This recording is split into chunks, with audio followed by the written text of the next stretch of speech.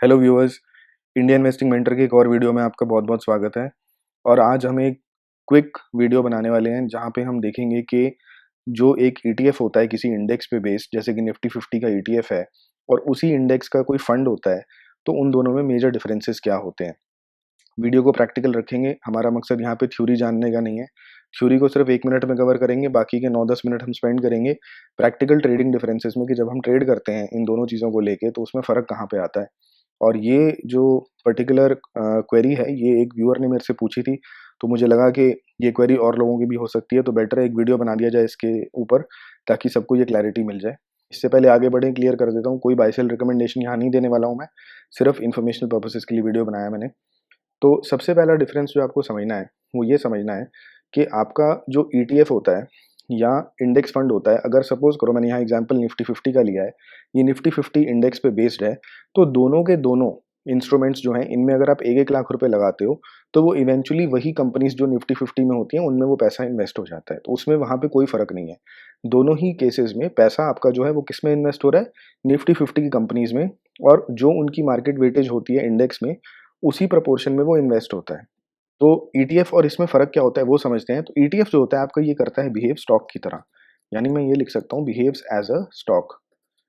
तो स्टॉक का मतलब क्या होता है कि स्टॉक को आप सुबह 9 बजे 10 बजे खरीद सकते हो, और फिर फाइनली आप उसको दोपहर में 12 बजे, 2 बजे, 3 बजे कभी भी बेच सकते हो। कोई भी शेयर होता है उसकी कीमत सुबह 10 बजे, 11 बजे, 12 बजे, 1 बजे, 2 बजे, 3 बजे उसकी प्राइस चेंज होती रहती है। तो आप सुबह 10 बजे उसको एक प्राइस पे खरीद सकते हो और 2 बजे उसको प्रॉफिट पे बेच सकते हो, राइट?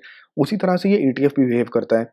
ईटीएफ मैंने बताया स्टॉक की तरह है। तो अगर आपने कोई सपोज करो कि मॉर्निंग मार्केट ओपन होती है और 10 बजे सुबह आप देखते हो कि मार्केट जो है 3% नीचे आ चुकी है, निफ्टी 3% नीचे आ चुका है, तो अगर आप निफ्टी ईटीएफ को खरीदोगे वो भी 3% तकरीबन नीचे आ चुका होगा, तो वहां पे आप जाके बाय कर लेते हो ईटीएफ को। अब सपोज करो मार्केट खत्म होते होते, जो आपका क्लोज क्लोज होते होते निफ्टी जो है वो 2% पॉजिटिव में क्लोज करता है, यानी दिन की शुरुआत में निफ्टी 3% माइनस में आ गया था, पर दिन का क्लोज होते होते निफ्टी जो है वो +2% पे क्लोज होता है, यानी पूरे दिन में निफ्टी ने 5 परसेंटेज पॉइंट्स की मूवमेंट दिखा दी। तो यहाँ पे जो ये 5 परसेंटेज पॉइंट्स का गेन है, ये आप ले सकते हो अगर आप ईटीएफ में इन्वेस्ट कर रहे हो। क्यों? क्योंकि ईटीएफ स्टॉक की तरह बिहेव करता है। तो वहाँ पे इंट्राडे जो गेन होता है वो भी मैटर करता है। अगर आप चाहो तो दोपहर में 2-3 बजे आप बेच सकते हो उसको और अपना प्रॉफिट लॉक कर सकते हो। नहीं तो अगर आप उस दिन नहीं बेचोगे, होल्ड करोगे, तो आपको एंड ऑफ द डे वो प्रॉफिट अनरियलाइज्ड प्रॉफिट में दिखाई देगा कि 5% का आपका गेन हो चुका है। क्यों? क्योंकि ईटीएफ जो है आपका यहाँ पे स्टॉक की तरह बिहेव कर रहा है। दूसरी साइड पे अगर हम देखते हैं, तो इंडेक्स फंड जो होगा वो ऐसे नहीं होता। ये बिहेव करता है आपका म्यूचुअल फंड की तरह। तो म्यूचुअल फंड में क्या होता है? म्यूचुअल फंड में इंट्राडे ट्रेडिंग नहीं हो सकती। आप जब भी बाय या सेल करते हो, तो अगर मैंने सुबह 10 बजे खरीदा या 12 बजे खरीदा या 2 बजे खरीदा, मेरे को जो यूनिट्स अलॉट होते हैं उस पे जो प्राइस होती है वो दिन के क्लोज होने के बाद एनएवी की बेसिस पे डिसाइड होती है। एनएवी होता है नेट एसेट वैल्यू। तो एनएवी निकाला जाता है म्यूचुअल फंड का। जो भी एनएवी निकल के आता है at the close of the day, पूरा मार्केट क्लोज होने के बाद, उस प्राइस पे आपको यूनिट अलॉट किए जाते हैं।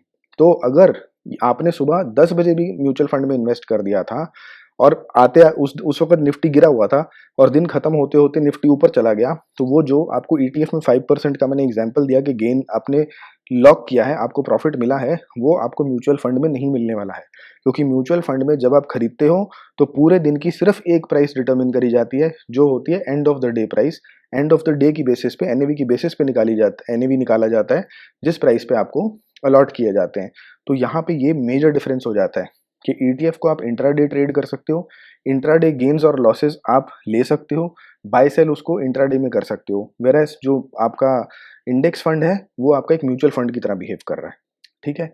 अब दूसरा जो मेन डिफरेंस आता है वो यहाँ पे आ जाता है मैनेजमेंट फीस को लेके। तो देखो, दोनों ही ये पैसिव इन्वेस्टमेंट्स हैं। जो सबसे एक्टिव इन्वेस्टमेंट होती है वो क्या होती है? Mutual fund. म्यूचुअल फंड में क्यों पैसा ज़्यादा लगता है, फीस ज़्यादा क्यों होती है? कि वहाँ दिखाया जाता है भी एक प्रोफेशनल मैनेजर है जो आपके पैसे को मैनेज कर रहा है। अब यहाँ पे हम कह रहे हैं कि मैनेजर आप रखो या ना रखो, इन्वेस्टमेंट तो इंडेक्स की कॉन्स्टिट्यूएंट्स के हिसाब से होनी है। इंडेक्स में जो भी 50 कंपनीज हैं उसमें उसी प्रपोर्शन में इन्वेस्ट होना है। तो मैनेजर का यहाँ बहुत ज़्यादा काम नहीं होता। पर ईटीएफ में जो मैनेजर होता है उसका मिनिमम वर्क होता है। तो यहाँ जो फीस है ये सबसे लो रहती हैं, यानी सबसे कम फीस आपको पड़ेगी अगर आप इन्वेस्ट कर रहे हो ईटीएफ में। म्यूचुअल फंड में सबसे ज़्यादा फीस रहती है, और बीच की जो फीस रहती है वो हमारी यहाँ पे रहती है जिसको बोलते हैं इंडेक्स फंड में, तो मीडियम आपकी यहाँ पे फीस रहेगी। तो एग्जाम्पल तौर पे अगर बताऊं, 1.5 से 2% तक फीस हो सकती है म्यूचुअल फंड की, 0.2 से 0.3 0.4% तक फीस हो सकती है इंडेक्स फंड की, और ईटीएफ जो है उसकी फीस बिल्कुल ही कम होती है, 0.1% से भी कम रहती है। तो जो आपका फीस होती है, जस्ट आपने एक इन्वेस्टमेंट की उसके लिए जो फीस होती है वो ईटीएफ में सबसे कम रहती है, उससे ज़्यादा इंडेक्स फंड में होती है, सबसे ज़्यादा म्यूचुअल फंड्स में होती है। तो फीस को लेके भी एक डिफरेंस यहाँ पे आता है कि फीस कहाँ पे कम है, कहाँ पे बीच में है और कहाँ सबसे ज़्यादा है। तो नेक्स्ट डिफरेंस जो यहाँ पे एक ईटीएफ में और इंडेक्स फंड में आता है वो बहुत ही सिंपल है समझना अगेन, क्योंकि ईटीएफ स्टॉक की तरह बिहेव कर रहा है तो यहाँ पे आपको इन्वेस्ट करने के लिए एक डीमैट अकाउंट की ज़रूरत पड़ती है। डीमैट अकाउंट क्यों चाहिए? क्योंकि किसी भी स्टॉक को आपको जैसे स्टोर करना होता है, सेव करना होता है, तो वो डीमैट अकाउंट में ही सेव हो सकता है। तो यहाँ पे आपकी डीमैट अकाउंट जो है उसकी रिक्वायरमेंट मैंडेटरी होती है अगर आप ईटीएफ में इन्वेस्ट कर रहे हो। पर अगर आप इन्वेस्ट कर रहे हो इंडेक्स फंड्स में, तो आपको, क्योंकि ये म्यूचुअल फंड की तरह होते हैं, यहाँ पे डीमैट अकाउंट की रिक्वायरमेंट ज़रूरत नहीं होती। तो ये एक अगेन डिफरेंस आ जाता है कि वहाँ पे डीमैट अकाउंट आपको चाहिए, यहाँ पे आपको डीमैट अकाउंट नहीं चाहिए होता है। तो ट्रेडिंग पॉइंट ऑफ व्यू से, इन्वेस्टिंग पॉइंट ऑफ व्यू से अगर थ्योरी में हमें नहीं घुसना, प्रैक्टिकल डिफरेंसेस हमें समझने हैं, तो ये 3 मेजर डिफरेंसेस होते हैं। एक बार समराइज़ कर देते हैं। ईटीएफ्स जो हैं वो आपके स्टॉक की तरह बिहेव करते हैं। इसको आप किसी भी दिन सुबह से शाम तक जब भी मार्केट ओपन है उसको खरीद सकते हो, बेच सकते हो, यानी इंट्राडे ट्रेडिंग अलाउड होती है। और इसकी वैल्यू जो है वो कंटिन्यूअसली जैसे जैसे अंडरलाइंग इंडेक्स मूव करेगा इसकी वैल्यू चेंज होती रहेगी। तो इंट्राडे गेन्स और लॉसेस जो हैं वो आप ईटीएफ में कंसिडर कर सकते हो, बना सकते हो। वेयरएज़ इंडेक्स फंड के केस में इंट्राडे की ट्रेडिंग नहीं होती है, क्योंकि आप चाहे बाय करो चाहे सेल करो, जो भी उसकी end of the day close price के बेस पे एनएवी वैल्यू निकल के आएगी, उसकी बेसिस पे आपको उन यूनिट्स को बाय या सेल करना पड़ेगा। वहाँ पे आपको कोई भी जो इंट्राडे गेन्स या लॉसेस होते हैं उसका फ़र्क वहाँ पे नहीं पड़ता है। दूसरा, जो फीस वाइज़ है काफ़ी कंपैरेबल फीस होती हैं, दोनों की फीस लो होती है, बिकॉज़ यहाँ पे आपके पास जो इन्वेस्टमेंट है वो दोनों केसेस में पैसिव है।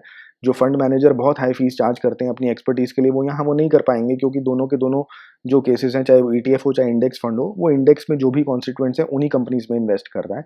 और तीसरा मेन डिफरेंस जो आ जाता है वो आ जाता है डीमैट अकाउंट का, कि ईटीएफ क्योंकि स्टॉक की तरह बिहेव करता है, वहाँ आपको डीमैट अकाउंट होना नेसेसरी है।